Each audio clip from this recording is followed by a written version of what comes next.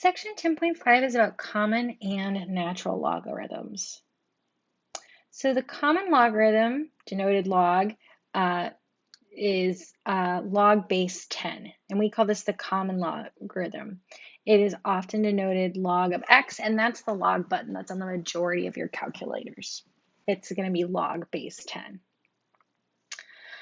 E is how we take the natural log. So E is a real number and not a variable, and it is an irrational number, so it never ends or can be represented by a fraction. But it's found by taking 1 plus 1 over n as n gets bigger and bigger and as n approaches infinity, not as n approaches e. That wouldn't be very exciting. So the natural log is the logarithm base e, and it's abbreviated ln of x, and it's the most useful in solving exponential equations, and it's the other logarithm that's on your calculator. Note that because the natural log is log base e, the natural log of e is 1. The same is true for log base 10. Log of 10 is 1 because log base 10 is 1. We have to remember all of those logarithm properties. So let's solve some exponential equations using the natural log. So what I'm going to do is I'm going to take the natural log of both sides, use exponent rules, and simplify these. So if I have e to the x equals 12, let me rewrite that so I have some more room. To solve this, I'm going to want to take the natural log of both sides of the equation, because if I take the natural log, that means I can get this exponent out in the front. So I have x natural log of e is the natural log of 12. Well, the natural log of e is 1. So I have x as the natural log of 12, which if you want to put that in your calculator, and always round to the hundredths place, unless your homework specifies otherwise, we'd get 2.48. So that's how we'd solve that first problem. We're going to solve problem 2 and 3 in a similar manner. So let me change colors. I have e to the 2x minus 1 equals 5. And again, I'm going to solve this by taking the natural log of both sides, because that allows me to get that exponent out, my variable out no longer as an exponent. So I'm going to take the natural log of both sides. I get the natural 2x minus 1, because we move that to the front, times the natural log of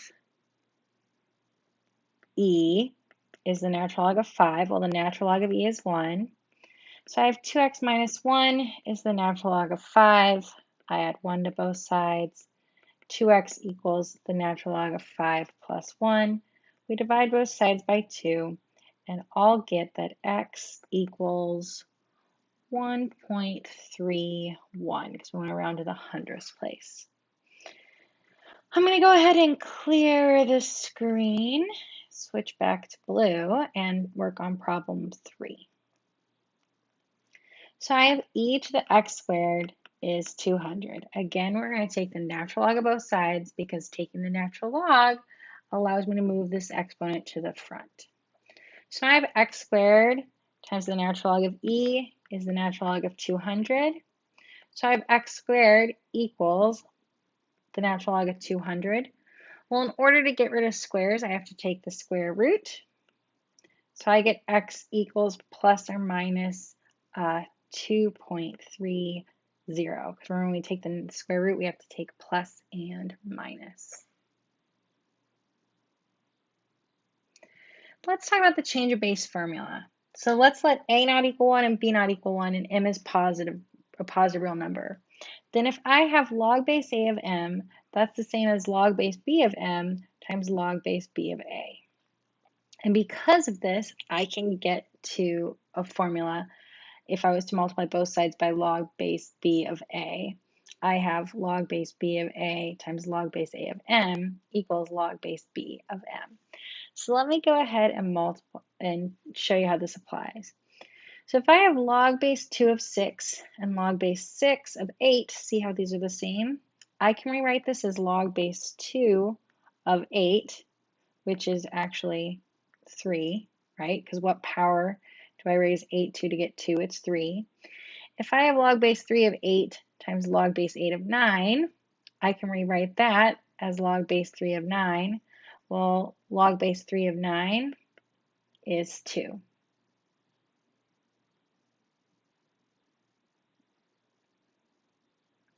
So we can use the change of base formula. It's helpful because you only have natural log and log base 10 in your calculator.